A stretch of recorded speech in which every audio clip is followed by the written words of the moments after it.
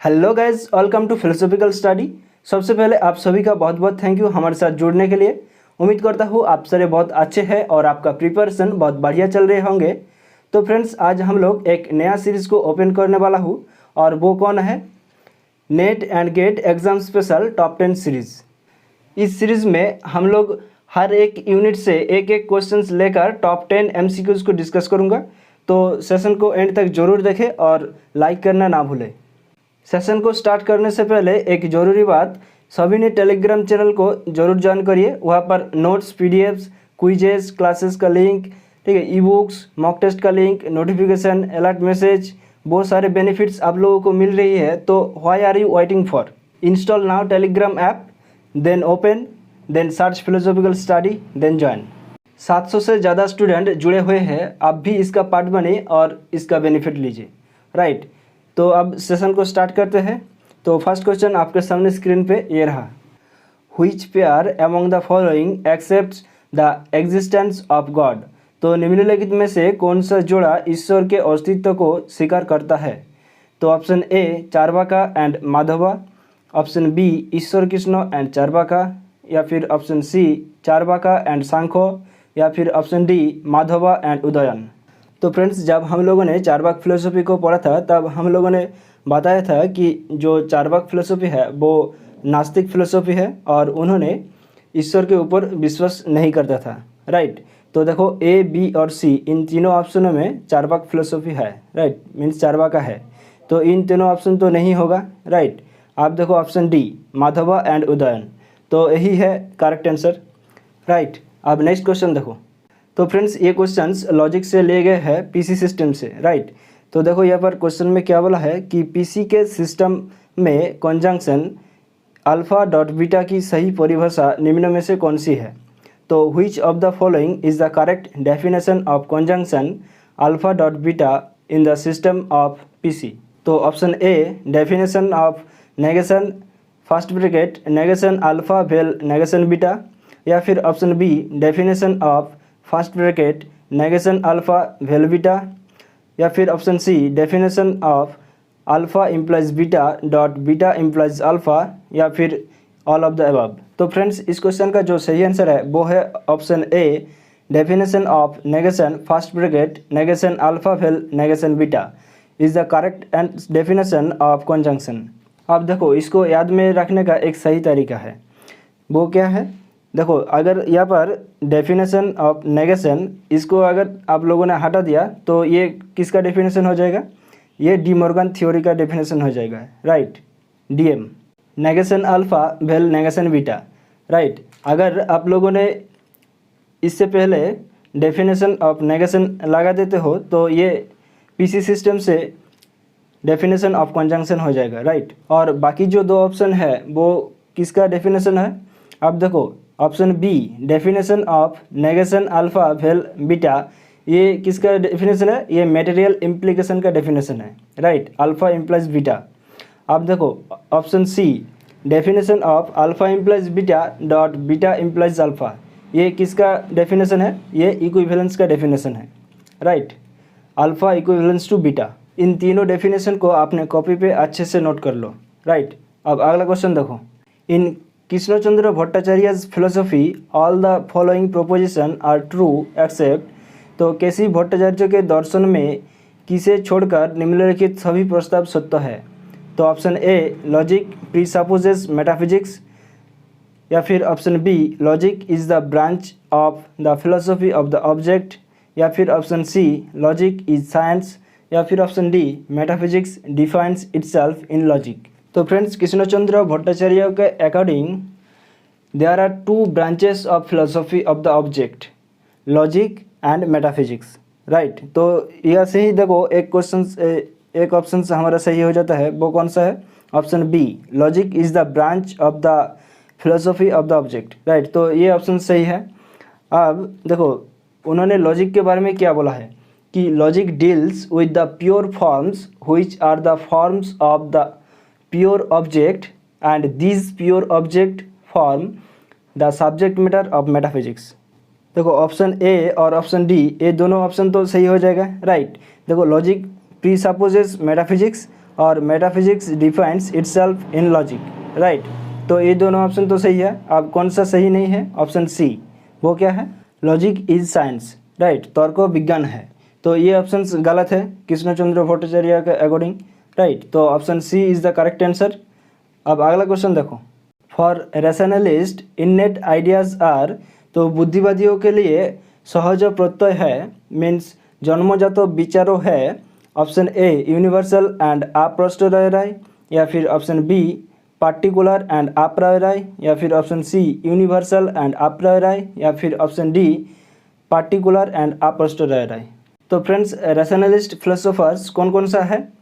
Descartes, Spinoza और Leibniz है। Right, तो इन तीनों के अकॉर्डिंग इननेट आइडियाज़ क्या है कि वो यूनिवर्सल होगा और वो अप्रायोरिक होगा, मीनिंग सार्वभौमिक और प्रागुनुभविक। राइट, तो option C is the correct answer. और इननेट आइडियाज़ को किसने रिजेक्ट किया है? लॉक ने। राइट, ये भी आप लोगों को याद में रखना होगा। अब नेक्स्ट क्वेश्चन देखो, consider the following statements with reference to Heraclitus and mark the correct code. तो हेराक्लिटस के संदर्भों में निम्नलिखित कथनों पर विचार करें और सही कोड अंकित करें। तो option 1, the basic substance of the universe is fire. ये तो बिल्कुल सही है हेराक्लिटस के अकॉर्डिंग। राइट, आप देखो option 2, reality is the senselessly changing. वास्तविकता लगातार बदल रही है, ये भी सही है। राइट, उन्होंने तो चेंजिंग के बारे में बोला है। आप देखो option 3, reality is unchanging and permanent. तो ये ऑप्शंस गलत है। क्यों? क्योंकि देखो ऑप्शन 2 अगर सही है तो ये ऑप्शन 3 डेफिनेटली गलत होगा। राइट, क्योंकि वो दोनों कॉन्ट्राडिक्टरी हो जाएगा। राइट, तो देखो यहाँ पर option B only 1 and 2 are true. Right, तो option B is the correct answer. अब थेल्स ने basic substance of the universe को क्या बोला है? वाटर। राइट, और एनाक्सीमेंडर ने क्या बोला है? वो बाउंडलेस मैस है। राइट, और एनाक्सीमेंडर ने क्या बोला है? कि एयर है। Right, the basic substance of the universe is air. Right, ये भी आप लोगों को याद में रखना होगा, कई बार ये भी पूछ लेते हैं। अब नेक्स्ट क्वेश्चन देखो, all life and all happiness are governed by the will to power is the view held by. तो संपूर्ण जीवन और संपूर्ण प्रसन्नता शक्ति की इच्छा से संचालित होती है, ये विचार है ऑप्शन ए गिलबर्ट रायल, या फिर ऑप्शन बी नीत्शे, या फिर ऑप्शन सी एडमंड हुसर्ल, या फिर ऑप्शन डी विलियम जेम्स। तो फ्रेंड्स, ये एक स्टैटिक क्वेश्चन है, आप लोगों को एज इट इज़ याद रखना होगा। और इस क्वेश्चन का जो सही आंसर है वो है ऑप्शन बी नीत्शे। और नीत्शे का जो फिलोसफी है वहाँ पर एक कीवर्ड है, वो कौन सा है? Will to power. Right, question में जहाँ पर भी विल टू पावर आपको नज़र में आए, आप सीधे से नीत्शे के ऊपर टिक करके आ जाओ। राइट, अब नेक्स्ट क्वेश्चन देखो। तो फ्रेंड्स, ये एक असर्शन और रीजनिंग वाला क्वेश्चन पूछा गया है, और ये किसके बारे में पूछा है? ये लिबरल फेमिनिज्म के बारे में पूछा है। राइट, तो देखो असर्शन में क्या बोला है?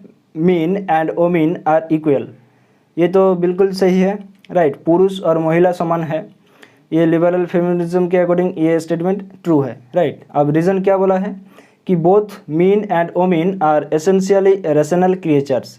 स्त्री और पुरुष दोनों ही मूलतः बौद्धिक प्राणी हैं। ये भी बिल्कुल सही है। अब देखो इस दोनों में कई प्रेम संबंध है या नहीं है? तो देखो men and women are equal because both men and women are essentially rational creatures. ये इसके बीच में तो प्रेम संबंध है। राइट, तो जो असर्शन है और वो जो रीजनिंग है, दोनों स्टेटमेंट ही सही है, और reasoning is the correct explanation of assertion है। राइट, तो option A is the correct answer. और आप लोगों को एक होमवर्क है कि लिबरल फेमिनिज्म किस किस ने सब्सक्राइब किया है, मतलब किस किस ने एक्सेप्ट किया है, वो आप लोगों को कमेंट सेक्शन में कमेंट करके बताना होगा। राइट, अब अगला क्वेश्चन देखो, who among the following philosophers holds that there could be no single unchanging set of perennial and ultimate human rights as the human nature changes constantly। तो निम्नलिखित में से किस दार्शनिक का मानना है कि मानव प्रकृति लगातार बदलती रहती है, इसलिए स्थायी और अंतिम मानव अधिकारों का एक भी अपरिवर्तनीय सेट नहीं हो सकता है? तो ऑप्शन ए लॉक, या फिर ऑप्शन बी रूसो, या फिर ऑप्शन सी हॉब्स, या फिर ऑप्शन डी ह्यूम। तो फ्रेंड्स ये एक स्टैटिक क्वेश्चन है, आप लोगों को एज इट इज़ याद रखना होगा। और ये क्वेश्चन लिए गए हैं social and political philosophy western से, राइट। तो इस क्वेश्चन का जो सही आंसर है वो है ऑप्शन बी, रूसो, राइट। तो रूसो ने कहा था कि there could be no single unchanging set of perennial and ultimate human rights as the human nature changes constantly, right. अब अगला क्वेश्चन देखो, pro life movement is related to the issue of. तो pro life आंदोलन किसके मुद्दे से संबंधित है? ऑप्शन ए यूथेनेसिया, या फिर ऑप्शन बी सुरोगेसी, या फिर ऑप्शन सी एबॉर्शन, या फिर ऑप्शन डी क्लोनिंग। तो फ्रेंड्स इस क्वेश्चन का जो सही आंसर है वो है option C abortion. Pro life movement is related to the issue of abortion. आप देखो यहाँ पर, the United States anti abortion movement, right, is also called the pro life movement और राइट टू लाइफ मूवमेंट। तो जो pro life movement है उसको दूसरा नाम क्या है? एंटी एबॉर्शन मूवमेंट, राइट, और उसको बोला जाता है right to life movement, right. तो pro life movement contains elements opposing including abortion on both moral and religious grounds and supports its legal prohibition और restriction। आप लोगों को यहाँ पर पिक्चर में दिखाई देता है कि एक में एबॉर्शन को लीगल करने में आंदोलन कर रहे हैं और दूसरे में एबॉर्शन के खिलाफ है। जो लोग एबॉर्शन के खिलाफ है वो सारे प्रो लाइफ मूवमेंट को सपोर्ट करता है, राइट। तो देखो यहाँ पर लिखा है stop abortion now, abortion kills children. तो ये सारे जो लोग हैं वो प्रो लाइफ मूवमेंट के सब्सक्राइबर है, राइट। और दूसरे में जो देखो कीप एबॉर्शन लीगल, राइट, ये दोनों इसको ऑपोजिट में है, राइट। तो आज इस सेशन का लास्ट क्वेश्चन है। तो फ्रेंड्स ये एक मैच लिस्ट दिया हुआ है और ये क्वेश्चंस लिए गए हैं इंडियन एथिक्स से, राइट। तो देखो लिस्ट 1 में क्या बोला है? कर्मयोगा, स्वधर्म, स्थितप्रज्ञ और लोकसंग्रह। और लिस्ट 2 में ये कौन कौन सा है वो सारे दिया हुआ है, राइट। तो फ्रेंड्स जो स्वधर्म है वो क्या है? वो स्वधर्म मीन्स क्या है कि अपना ही जो कर्म है, राइट, वो सारे स्वधर्म होगा। तो देखो परफॉर्मिंग वंस ड्यूटी, राइट। तो बी को 3 से मिला दो तो देखो एक ही ऑप्शन में है, वो है ऑप्शन ए, राइट। तो option A is the correct answer. आप देखो कर्मयोगा, कर्मयोगा ये क्या होगा कि duty performed for the sake of duty without any desire for fruits, right. आप देखो स्थितप्रज्ञ, स्थितप्रज्ञ ये कौन सा हो जाएगा? ये देखो a state which we call the freed soul means विमुक्त आत्मा, राइट। आप देखो लोकसंग्रह ये कौन सा हो जाएगा? ये ऑप्शन 1 देखो actions done for the good of humanity, right. तो देखो option A is the correct answer. So this is all about NET and GATE exam special top 10 series. तो कैसा लगा ये नया सीरीज़ कमेंट करके ज़रूर बताना और अपने दोस्तों के साथ ज़रूर शेयर करिए। मिलते हैं नेक्स्ट टॉप 10 सीरीज़ में, तब तक के लिए हंसते रहे, मुस्कुराते रहे और चित्त को शांत रखकर अपने प्रिपरेशन को आगे लेकर चले। Thank you, bye bye, take care, जय हिंद।